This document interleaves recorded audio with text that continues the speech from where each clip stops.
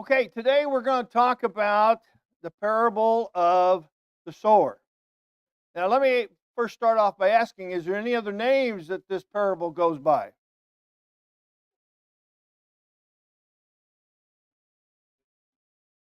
There's a number of soils as one, and what's interesting I found in my study is that in Burton Kaufman's commentary, he is absolutely adamant that this should not be called anything but the parable of the sower. And what's interesting in my subcategory here, chapter 13 in the New King James Version, it says parable of the soils. There's a little, I guess, conflict there possibly as far as the names, but we're going to refer to it as the parable of the sower.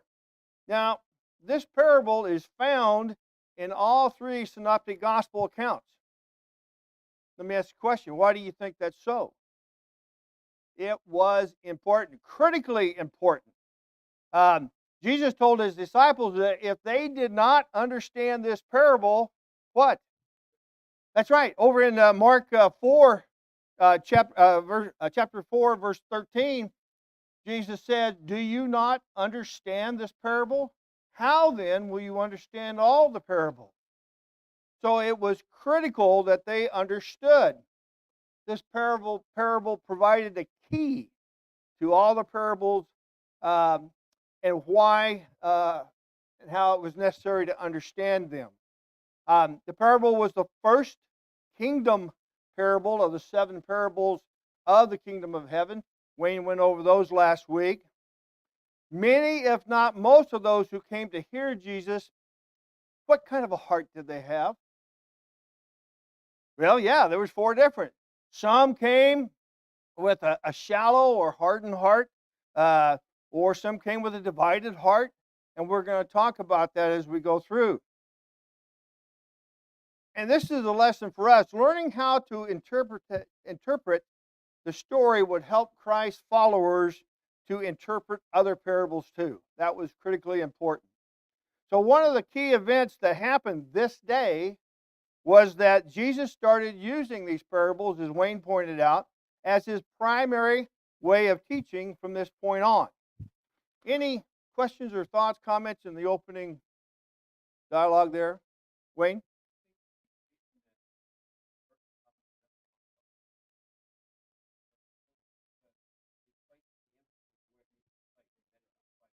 That's right. That's right. That Then the audience.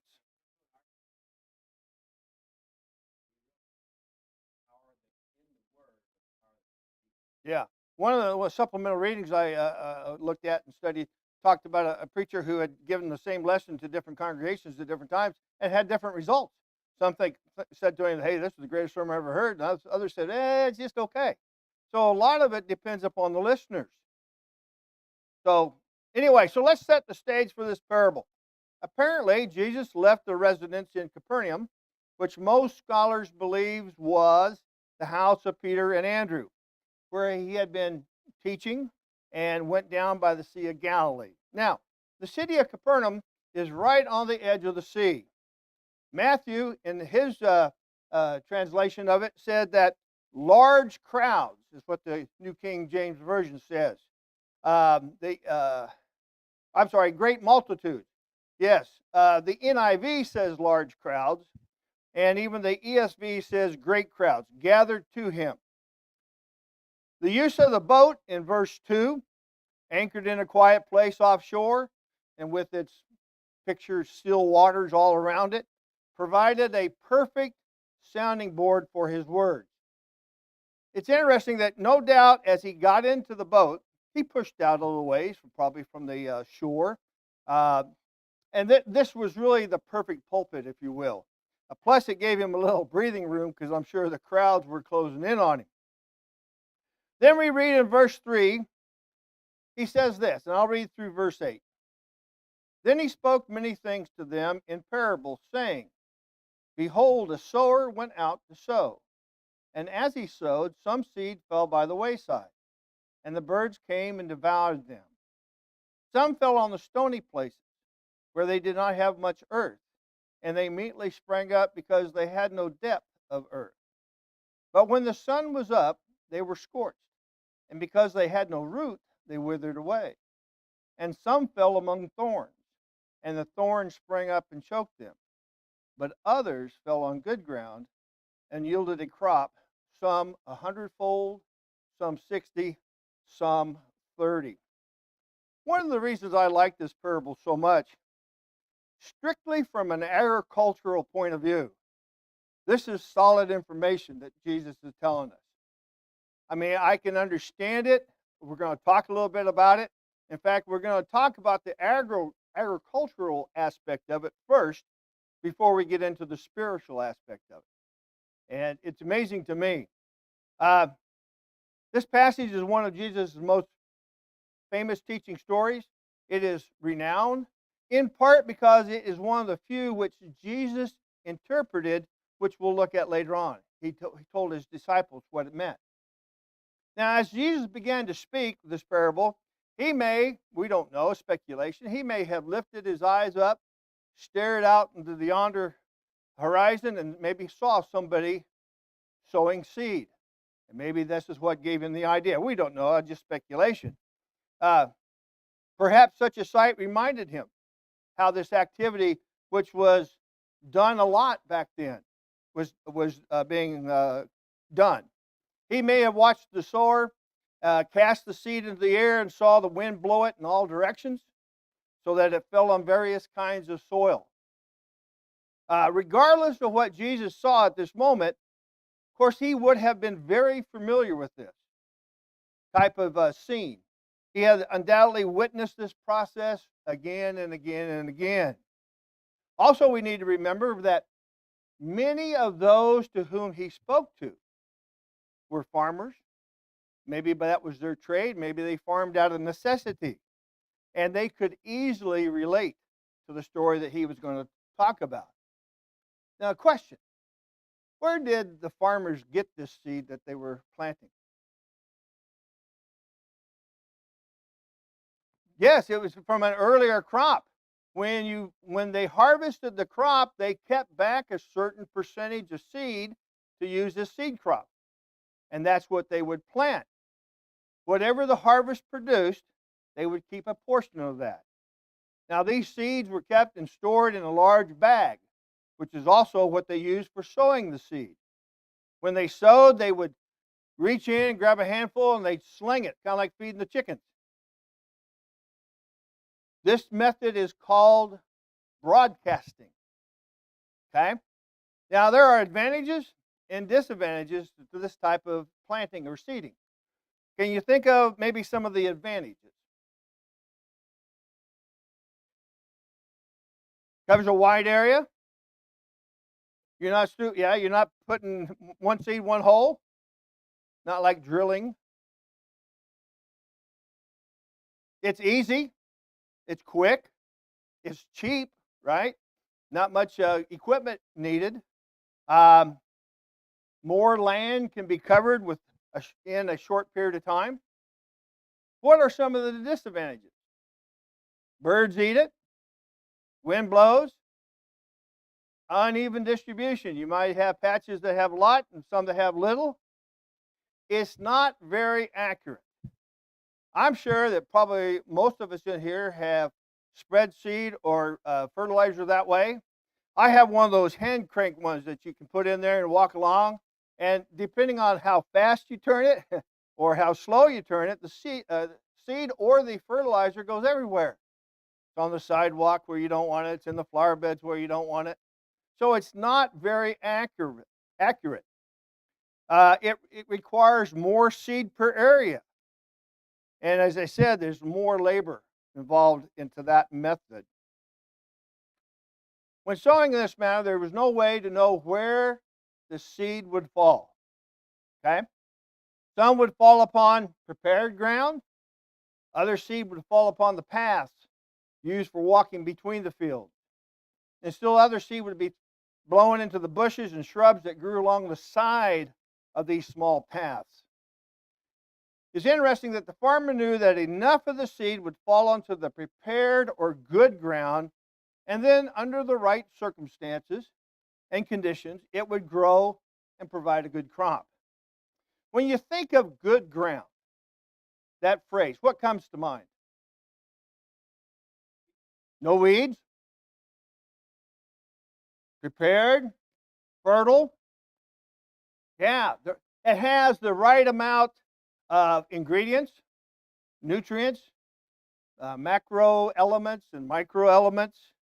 Um, has the ideal soil mass. Now, the ideal soil mass, picture a circle divided in half. The upper half, 50%, is solid material. The lower half, if you put a line down there and divide that in two, 25% is air and 25% is moisture. That's the ideal soil mass. Now, do you always have that in every field? No. One of the reasons why we plow and disc and do those things is to break up the ground to put the oxygen back into the ground. One of the reasons we irrigate is to put moisture in the ground. The other thing that we can do to soil is make amendments to it, add things that might be lacking. When you go to the Home Depot or Lowe's or wherever you get your bags of fertilizer for your yard, you're going to see on the bag NPK. That stands for the nitrogen, potassium, and phosphorus, which are the 3 of the 6 major nutrients that plants need. The reason why our grass is so green is the nitrogen. And so these are all required, and you can do that. And what you are amending, if you will, is the topsoil. Soil, you have topsoil, you have the subsoil, which is composed of the O horizon, A horizon, B, and C, and then bedrock below that. Now, typical thickness of topsoil, where all the organic matter is about 5 to 10 inches. It depends. Here in the San Joaquin Valley, we live in the richest fertile soil area almost in the world. The topsoil here averages up to 14 to 18 inches. So that's why we can produce so much here in the San Joaquin Valley. Any thoughts or comments on what I've said so far? Okay. Jesus first mentions the seed that fell beside the road, or the path, or the wayside, depending upon your translation, in verse 4. What happened to it? The birds came and devoured it, right? Yeah. Came down and ate it up. I believe it's in Luke, I'm sorry, where it says that it was trampled on, and still the birds came down. Picture Palestine. There were very few fences, no walls that separated the small plots of ground. Piles of rock were often used as boundary markers. People walked on narrow paths between the fields. Therefore, the soil along these roadsides or pathways or whatever you want was hard as could be. And the seed, when it was thrown, could not penetrate the soil. Seed that fell there would lie on top of the ground until the birds, hungry birds, came and ate it up. Why wouldn't that seed grow or germinate? Too hard? All those growing conditions that is needed for a seed to germinate weren't being met.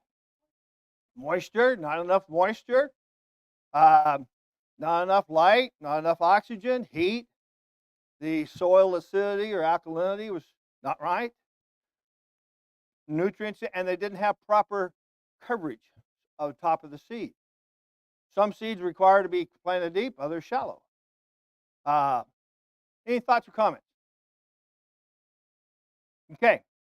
We see now, and that we call that the seed that fell by the wayside. We see now in verse 5, some fell on stony places. This is likely to happen in Palestine again. In many places, there was only just a few inches of soil that covered the ledges of limestone that was underneath. This was a common occurrence during Christ's time.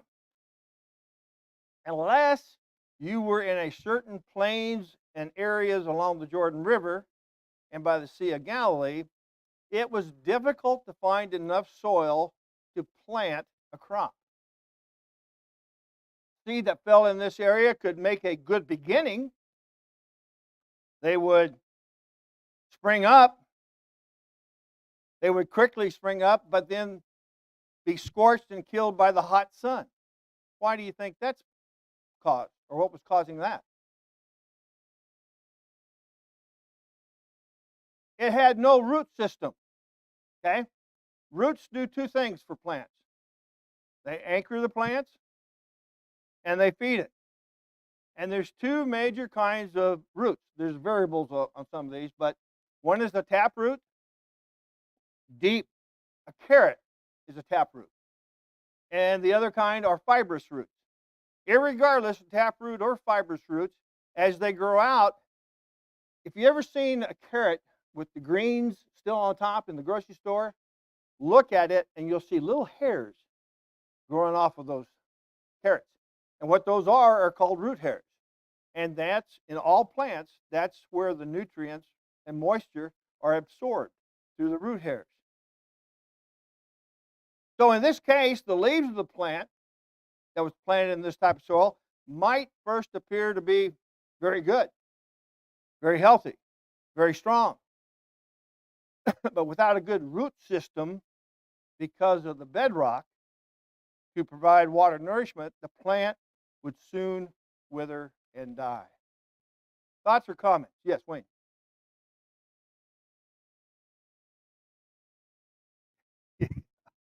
Yeah, yeah,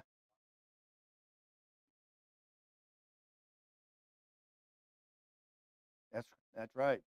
Yeah, it's amazing what. Well, in Roper's book, J.W. McGarvey, I think it was, mentioned that in Palestine there were 16 different kinds of weeds and thorns and stuff like that when we'll get to the thorny ground. So yeah, it's something that caused a problem. Good comment. Any other comments? Okay. Now in verse 7, and some fell among the thorns, and the thorns sprang up and choked them. This was good, rich soil, okay, but ground already inhabited by thorns. Again, in Roper's book, you might have read where there were 16 different kinds of thorns and stuff in Palestine. And many of these places, they grew so thick that the comment was made, you couldn't even ride through them on a horseback. That's pretty thick. He mentioned in his book when he was a kid that he would have to go out and hoe the garden, and he would, just to save some time, just chop off the top part of the weed. One, it looked like, oh, hey, you did a good job, son. But what would happen? Roots are still there, and it's going to grow right back, and you're going to have to do it again and again. So when you obviously weed and stuff like that, you need to try to take the roots out so that it won't grow anymore. So let me ask this question. What's the problem with thorns and plants growing together?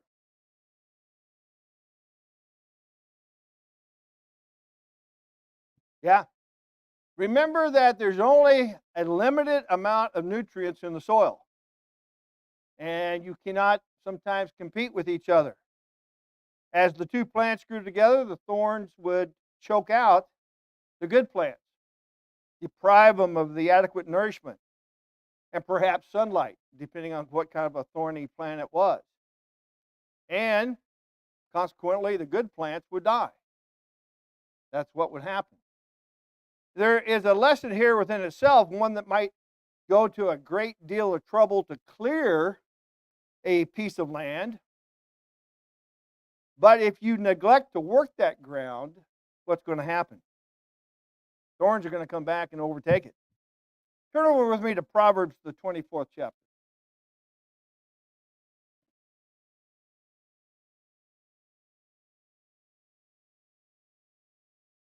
Proverbs, the 24th chapter, beginning in verse 30. Solomon writes, I went by the field of the slothful, and by the vineyard of the man devoid of understanding. And there it was, all overgrown with thorns. Its surface was covered with nettles. Its stone wall was broken down.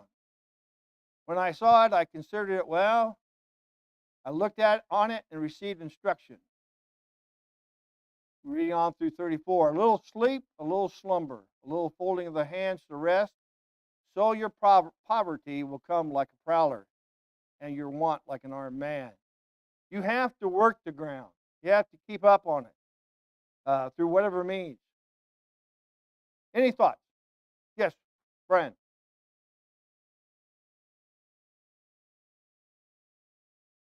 Yeah.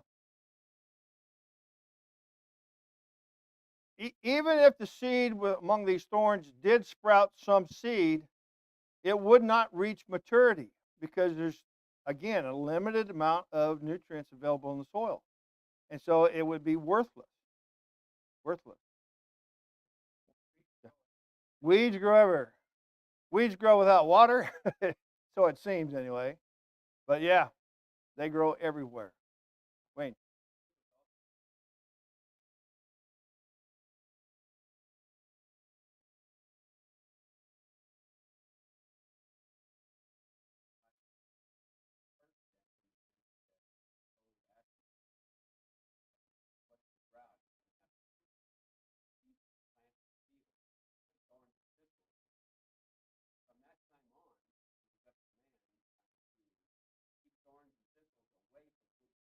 That's right. Hard work.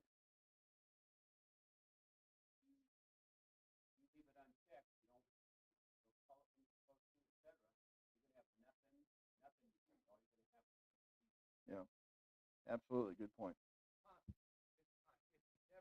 Oh, it's never done. You weed for all the time. Just constantly having to do that. Because once you get rid of the roots and the tops in one place, they'll sprout up, especially if it's a weed seed. So, Patricia.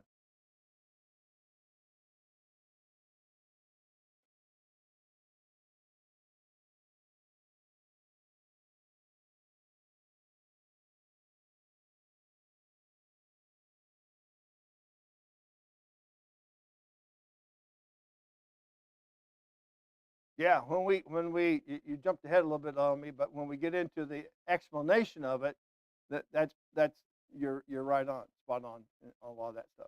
So yeah, good point. Anything else? All right, now in verse 8, we finally see that some seed fell on good ground. Define good ground. We kind of talked about it already. Rich and fertile, right? Soft, deep, loamy, without weeds or thorns, full of nutrients, all that good stuff. So, what was the result of seed falling in this ground? Yeah, it yielded a crop sometimes as much as 100-fold, sometimes only 60, sometimes 30. You know, it's interesting to note that in Palestine, the average harvest from seed that was planted at the same time when this parable was spoken is said to have been less than an 8-to-1 ratio. So even 30, which is the smallest number in the story, would have been a great return, wouldn't it? Been phenomenal. By any standard, the yields which Jesus mentioned would have been exceptional. Any thoughts?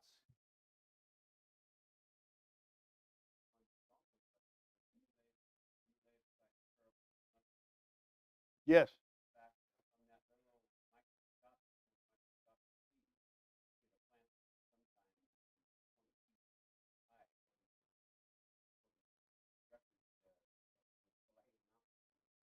Yeah.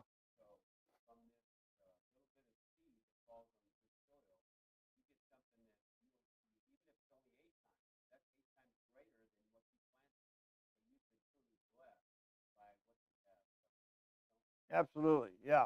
And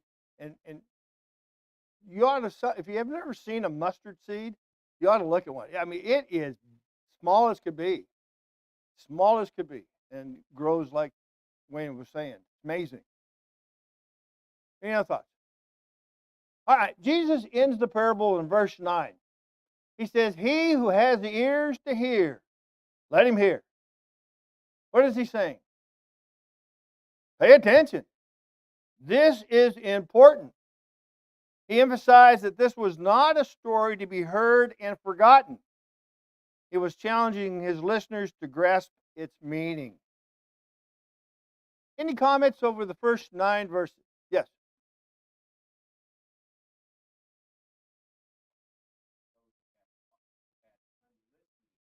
Yeah.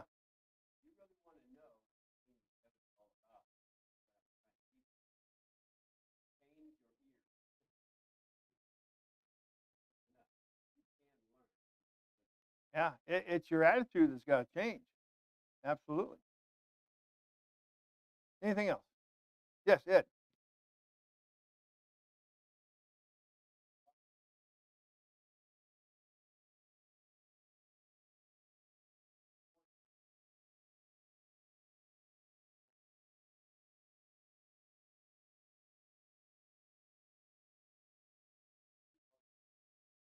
Hmm. Oh, absolutely.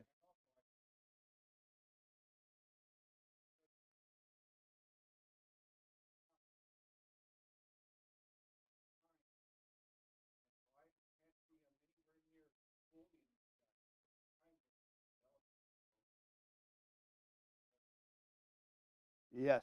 Everything that he did with a humble heart, with love, compassion. Um, he wanted them to understand. He wanted them. Verse 10, and the disciples. Now, we don't know exactly when this happened. One version said immediately. One translation said, one of the uh, Gospels said immediately. But this says, and the disciples came and said to him, why do you speak to them in parables? Jesus had used parables before, but not to this extent that he did here. The disciples recognized the difference in his manner of teaching. I'm sure they did. And they were perplexed by it.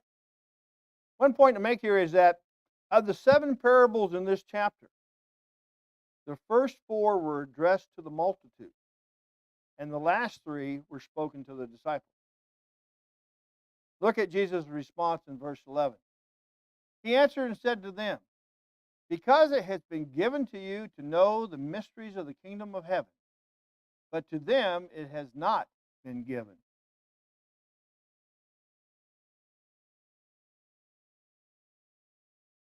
The disciples had been granted to know the mysteries of the kingdom of heaven. What mysteries did Jesus mean?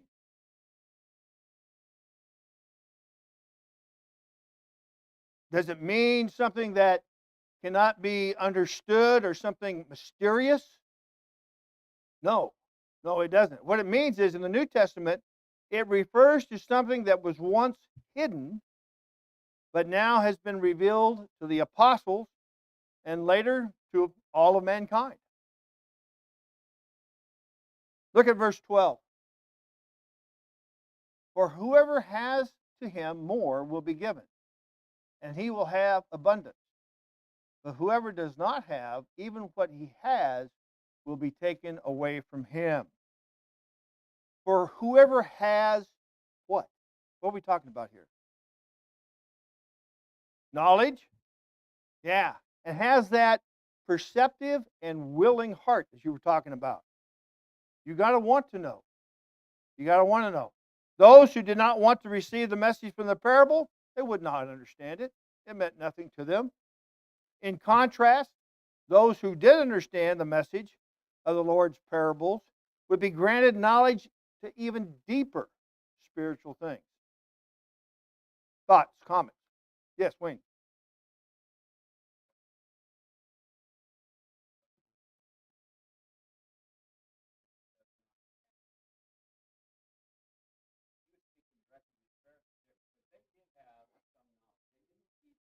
Right.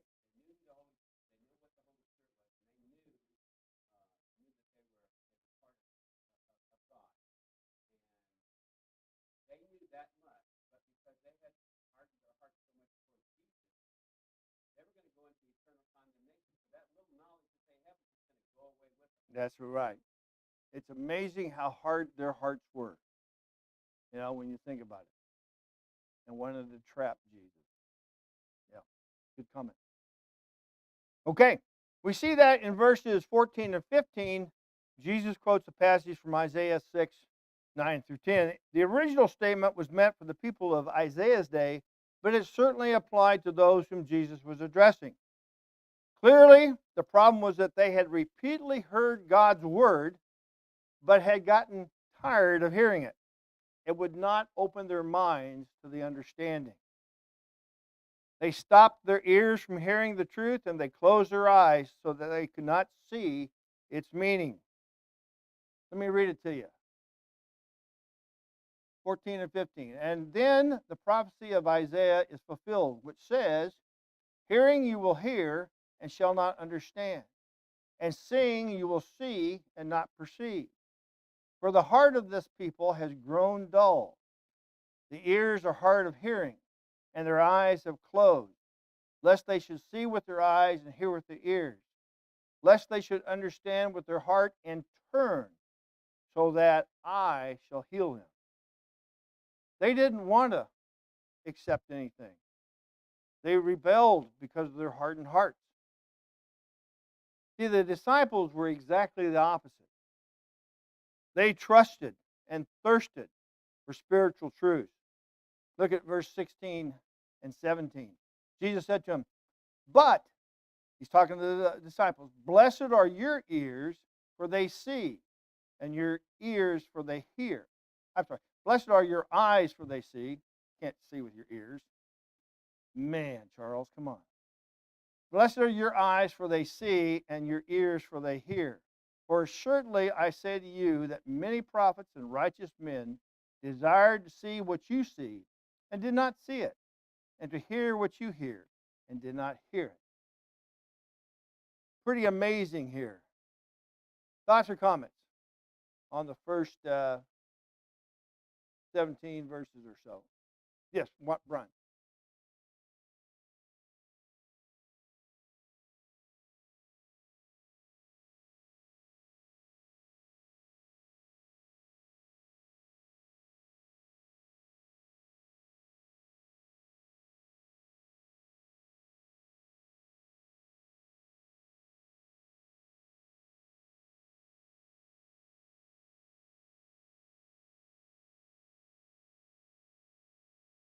Yeah.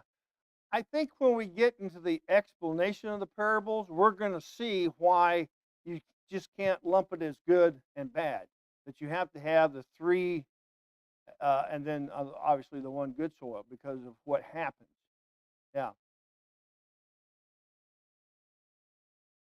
yeah, because things can happen, things can change. We can be good um, Christians especially like with newborn Christians. Brand new babes in faith. We need to take care of them and monitor them closely. When you had hand up.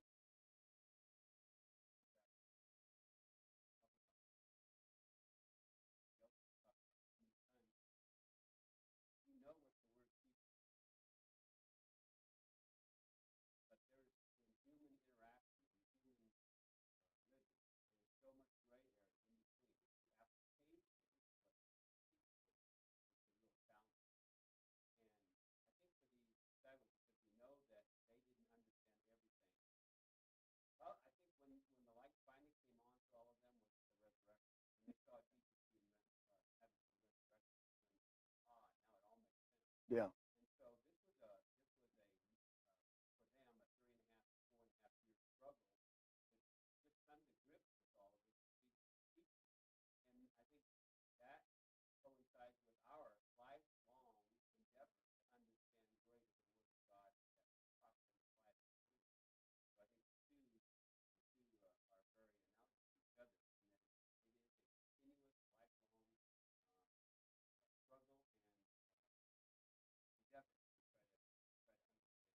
Oh yeah, and as you get good.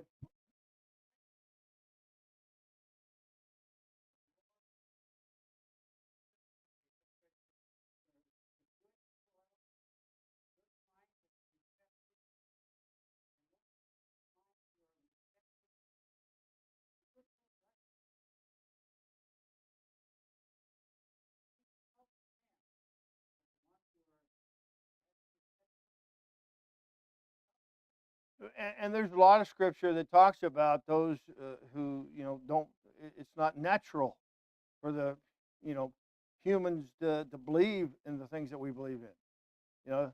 You don't have that scientific uh, you know um, evidence, if you will, although you do in some cases.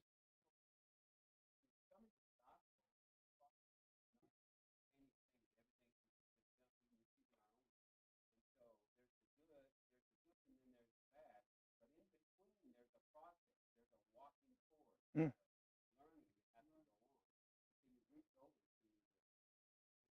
Yeah,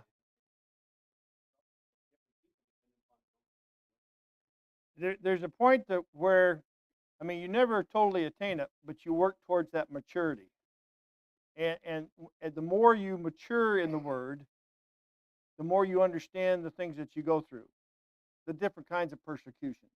I think. Any thoughts or comments? We're a couple. Yes. No, no. Please do.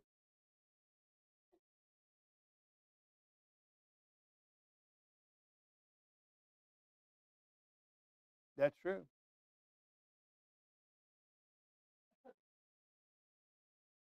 Yeah. Yeah. Mostly peaceful demonstrations. Yeah. Uh,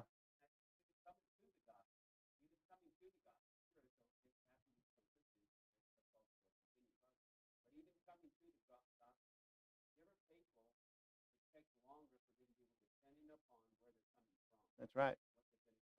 Their story. Yeah.